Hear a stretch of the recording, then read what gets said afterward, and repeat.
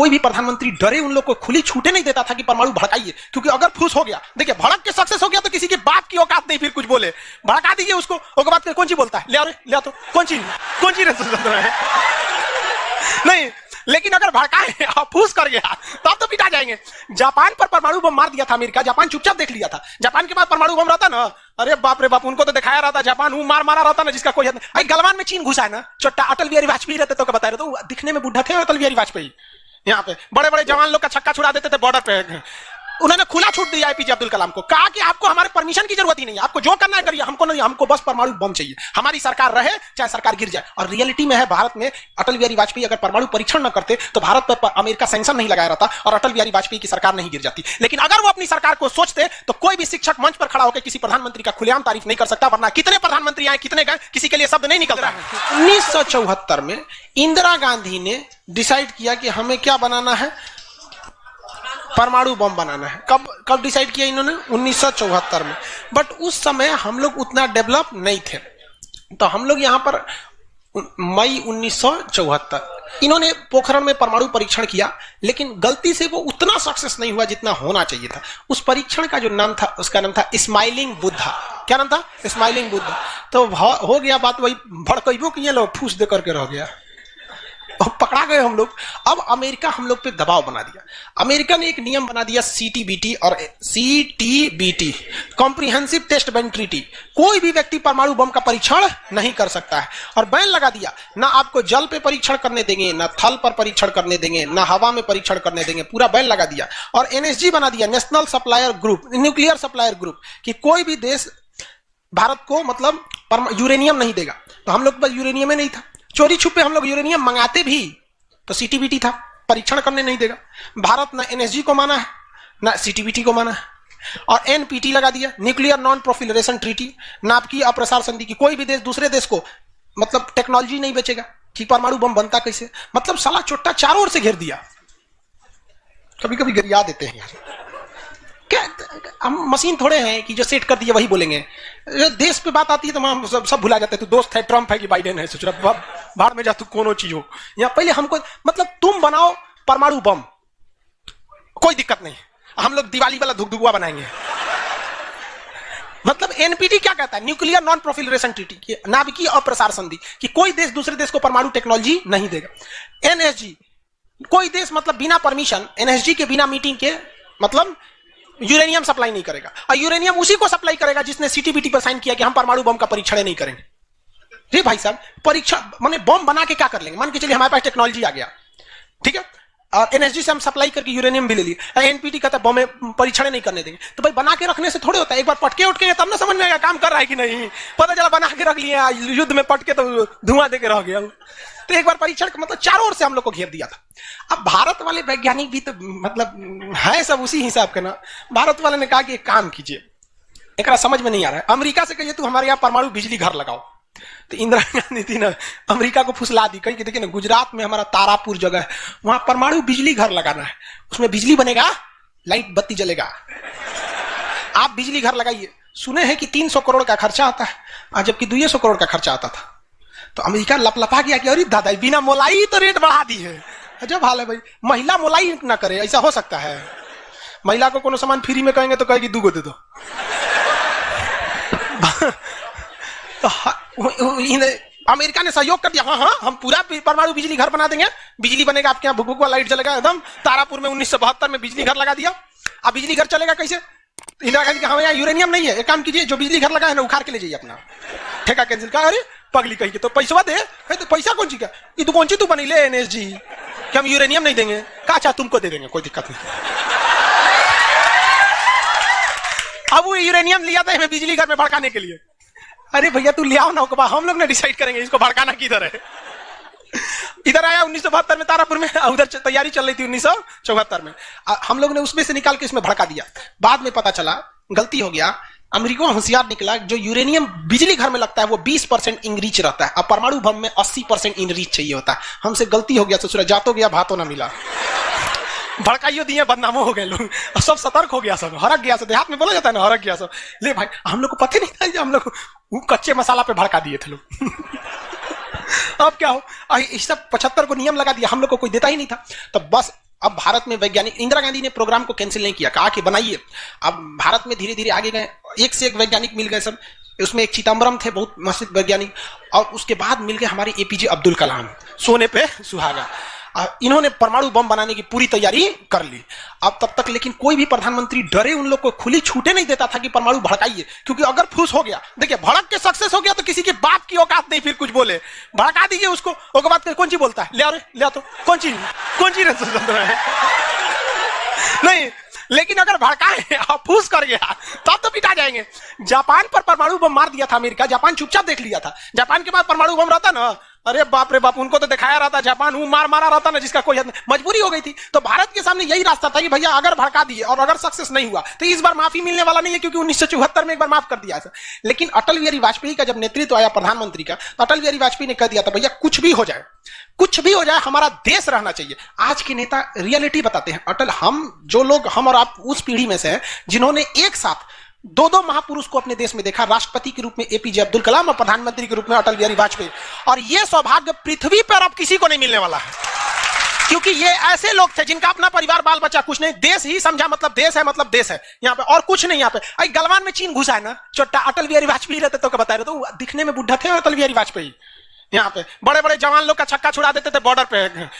उन्होंने खुला छूट दिया एपीजे अब्दुल कलाम को, कहा कि आपको हमारे परमिशन की जरूरत ही नहीं है, आपको जो करना है करिए, हमको नहीं, हमको बस परमाणु बम चाहिए, हमारी सरकार रहे चाहे सरकार गिर जाए। और रियलिटी में है, भारत में अटल बिहारी वाजपेयी अगर परमाणु परीक्षण न करते तो भारत पर अमेरिका सैंक्शन नहीं लगाया रहता और अटल बिहारी वाजपेयी की सरकार नहीं गिर जाती। लेकिन अगर वो अपनी सरकार को सोचते तो कोई भी शिक्षक मंच पर खड़ा होकर किसी प्रधानमंत्री का खुलेआम तारीफ नहीं कर सकता, वरना कितने प्रधानमंत्री आए, कितने गए, किसी के लिए शब्द नहीं निकलता है। तो इतिहास हमेशा याद रखिएगा, आपको न्यौछावर करना पड़ेगा। यहाँ पर ऐसे चमचागिरी करने से किसी का नाम लेता आदमी, लेकिन विरोधी भी जिनका नाम लेते हैं, ऐसे महापुरुष थे अटल बिहारी वाजपेयी, एपीजे अब्दुल कलाम। कोई है जो गिर जाएगा?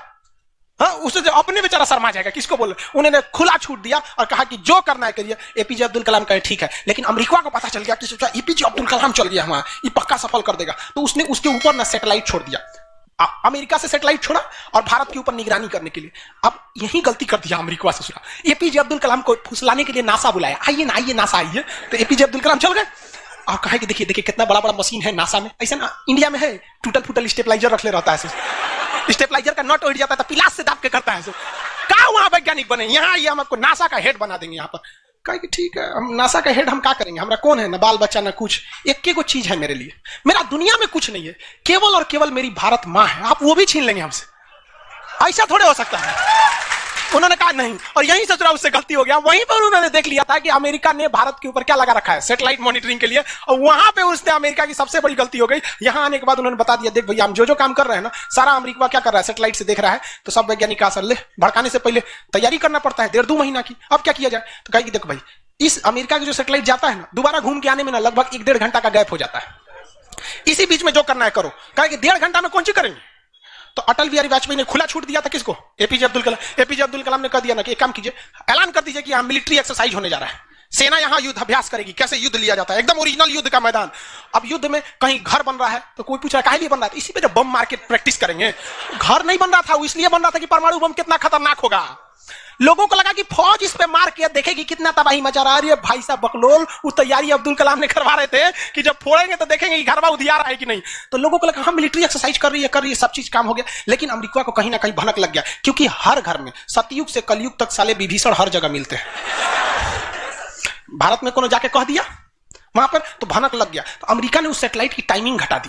अब जो घंटों का गैप रहता था वो चंद मिनटों का गैप रह गया, 20-20 मिनट का गैप रहता था। लेकिन इन लोगों ने अपना काम निपटा के रख दिया था। लेकिन समस्या ये थी ना कि सब चीज तो बन के रेडी हो गया, हर चीज रेडी हो गया, लेकिन अगर परमाणु बम फोड़े और फूस दे करके रह गया, समस्या यही थी। भड़क गया तो टेंशन ही नहीं था। तब क्या किया गया, सैटेलाइट हुआ तो रहेगा। तो अटल बिहारी वाजपेयी का पूरा छूट था, एपीजे अब्दुल कलाम को इनको टेंशन ही नहीं था। उन्होंने कह दिया अटल बिहारी वाजपेयी से कि काम करते हैं हम अब आ गया, हम मई में इसका बम फोड़ देंगे कोनो दिन में, 9 तारीख चाहे 11 तारीख कोनो दिन हम फोड़ देंगे। तो कहें कि भाई आपको जो करना है करिए ना, हमको मत बताइए, हमको बस परमाणु बम चाहिए, बाकी अमेरिका कौन चीज करेगा हम देख लेंगे यहाँ पर। तो अटल बिहारी वाजपेयी से खुला छूट मिल गया। अब इन्होंने 9 मई 1998 डेट क्या कर दिया, डिसाइड कर 2 दिन किया था, एक 9 मई को भी, फिर 11 मई को। पहले 11 मई 1998 शक्ति 98 कोड नाम था। जैसे अमेरिका का सैटेलाइट गुजरा, पूरी तरह से कैलकुलेशन हो गया था कि कैसे कैसे होने वाला। अमेरिका का सैटेलाइट जैसे गुजरा तुरंत यहां पे भारत का परमाणु बम को ब्लास्ट किया गया। और जैसे ब्लास्ट हुआ तो जो मिलिट्री एक्सरसाइज कर रही थी उसको तो भेज दिया गया था 2 दिन पहले ही। जो बिल्डिंग विल्डिंग बनाई थी वो खाली पड़ा था, धाए दे गायब हो गया बिल्डिंग, पूरा धुआं धुआं हो गया, पूरा भयानक। अब परमाणु बम क्या हो गया, लगभग सफल हो गया। वैज्ञानिकों को लग गया था सफल हो गया, लेकिन भाई अब ये फोड़े, अभी कैसे पता चल जाएगा सफल हो जाएगा? आप अंदाजा ना बता सकते कि भाई इतना तबाही एक अच्छा ही बम ला सकता है। लेकिन तब तक सैटेलाइट उसका घूम के आ रहा था और पकड़ लेता, तब क्या होता? मान के चलिए पकड़ लेता, अब पता चला कि सफल ही नहीं हुआ, खाली धुआं कर दिया, गड़बड़ हो गया। तुरंत अटल बिहारी वाजपेयी को फोन किए एपीजे अब्दुल कलाम कि तुरंत आप मौसम विभाग को कहिए कि राजस्थान में भयानक तूफान आया है, कोई नहीं जाएगा। अटल बिहारी वाजपेयी ने तुरंत घोषणा करा दी, राजस्थान के लोग अपने घर में रहे, बहुत भयानक तूफान आया है। अब उसका सैटेलाइट आ रहा है तो देख रहा है धुआं धुआं हुआ है, तुरंत मैसेज भेजा नासा में, धुआं हो गया यहाँ पे। कहीं मतलब धुआं हुआ, तूफान आया है वहां पे। तूफान आया है, सोचा। वहां से चला गया, तब परीक्षण देखा गया, एकदम सक्सेस, एकदम सक्सेस। अब टेंशन नहीं है, एक और फोड़ दो, 2 को फोड़ दिया गया, पूरी तरह से सक्सेस हो गया। और ससुरा अमेरिका को अभी तक पता है कि वहां तूफान आया है, अरे वहां दूसरा तूफान आया है।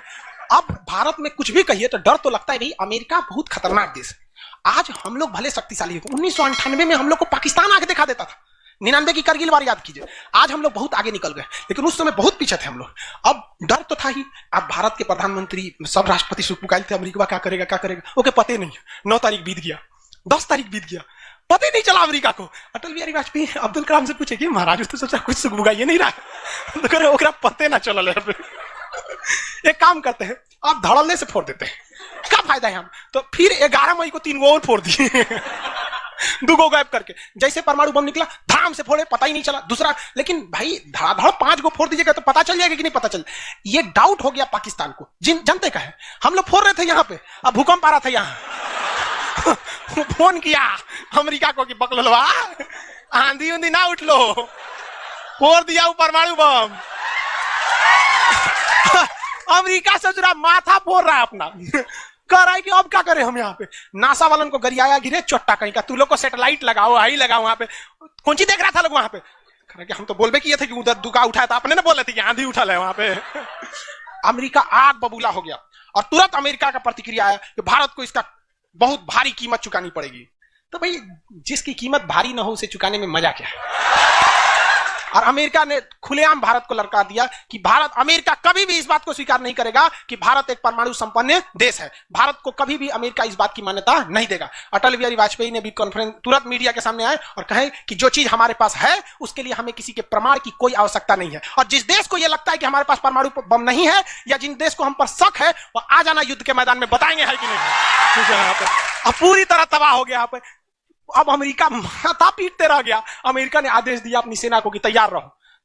अटल बिहारी वाजपेयी ने आदेश दिया अब्दुल कलाम को कि जो बम बनाए हैं ना, 2-4 को फोटोकॉपी उसका रेडी रखिए। फोटोकॉपी मतलब उसका बना के रेडी रखिए, क्योंकि सेना की लड़ाई में भाई आर्मी टू आर्मी बहुत दिक्कत हो जाएगा, एडवांस है वो बहुत। आज के वक्त में भी हमारा हथियार वहीं से खरीद किया था। भारत ने भी डिसाइड कर लिया कि जो होगा आपकी परमाणु बम से होगा। अमेरिका भी डर गया कि ना भाई इससे लड़ना ठीक नहीं है। पाकिस्तान वो बम बना के रख ले था, डरे नहीं फोड़ रहा था। 1 हफ्ता तक देखा कि भारत को क्या हो रहा है, देखा कि कुछ नहीं हुआ, इहो चुप पे फोड़ दिया। अमेरिका एकदम ककुआ गया, एकदम कह रे चट्टा कहीं का तू क्या फोड़ा रे।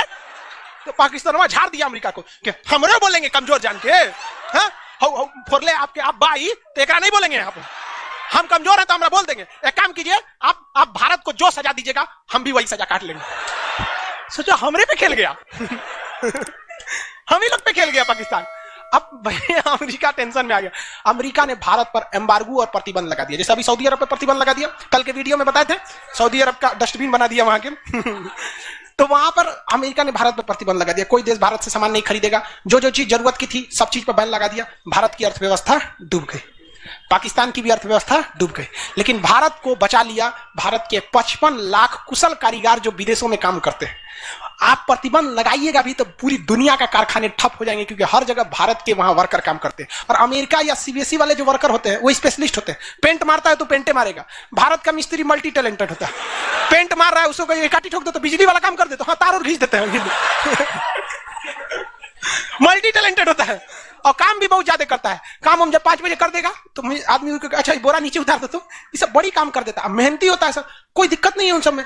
खाना नहीं भी है तो कोई दिक्कत नहीं, निकालेगा कोई नहीं है, चालू। तो पूरी दुनिया से भारत को पैसे आ रहे थे, पूरी दुनिया भारत में क्या, भारत के हजारों वर्कर लाखों काम कर रहे थे, भारत में पैसा आ रहा था, तो हमारी अर्थव्यवस्था पे उतना भयानक प्रभाव नहीं पड़ा। लेकिन पाकिस्तान की अर्थव्यवस्था तबाह हो गई। इसकी यहाँ के कोई वर्कर को ले भी नहीं जाता है। अरे छोटा कब मार करेगा कोई ठीक है नहीं है यहाँ पर। ये सब इतने बड़े बैल होते हैं सब पाकिस्तान वाला। अगर पाकिस्तान के एक मोहल्ला से 5 आदमी विदेश गया है ना, वहां अच्छा से हंसी खेसी से ड्यूटी कर रहा है, अगर उसके परिवार में यहाँ झगड़ा होगा ना तो दोनों वहां झगड़ा कर लेगा सर। तो अब्बा काहे मर लो हमारी खाला को वहां मार कर ले। उसकी अर्थव्यवस्था पूरी तरह से बर्बाद हो गई। अब पाकिस्तान के साथ अजीब सी दिक्कत था, अमेरिका अर्थव्यवस्था बर्बाद कर दिया। लेकिन पाकिस्तान भाई साहब, हरामियों में नोबेल पुरस्कार मिलता तो हर साल यही लाता। इसने कहा कि एक काम करते हैं, अमेरिका ने हमको ऐसा बर्बाद किया है कि परमाणु बम होने के बावजूद हम तड़प के रह जा रहे हैं, हम भी अमेरिका को तड़पाएंगे। यह कहता है ना कि हम किसी से खरीद नहीं सकते हैं, व्यापार नहीं कर सकते, एक काम करते हैं हम परमाणु बमें बेचते हैं।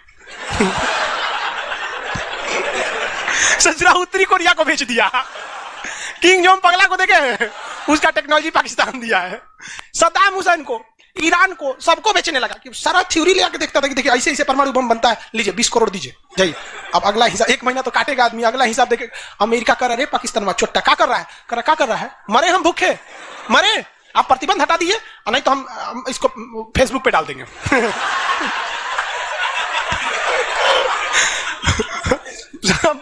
अमेरिका पगला गया, अमेरिका प्रतिबंध हटाया।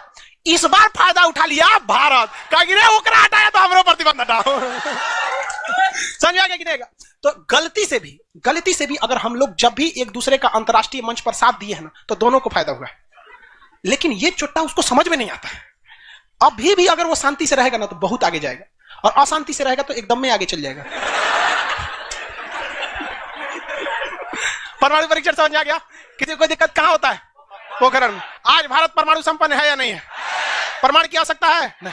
अब अमेरिका केस कर दिया भारत पर, कहा कि आपने न्यूक्लियर प्रसार संधि तोड़ा है। भारत ने कहा हम नहीं तोड़े, हमने किसी से संधि मंगाया ही नहीं है, हमारे खुद के वैज्ञानिकों ने खुद बनाया है। और ये बात खूब एपीजे अब्दुल कलाम ने बोला था। कौन सी बोलता है चुराए हम बनी ले, बताएं कैसे बनता है।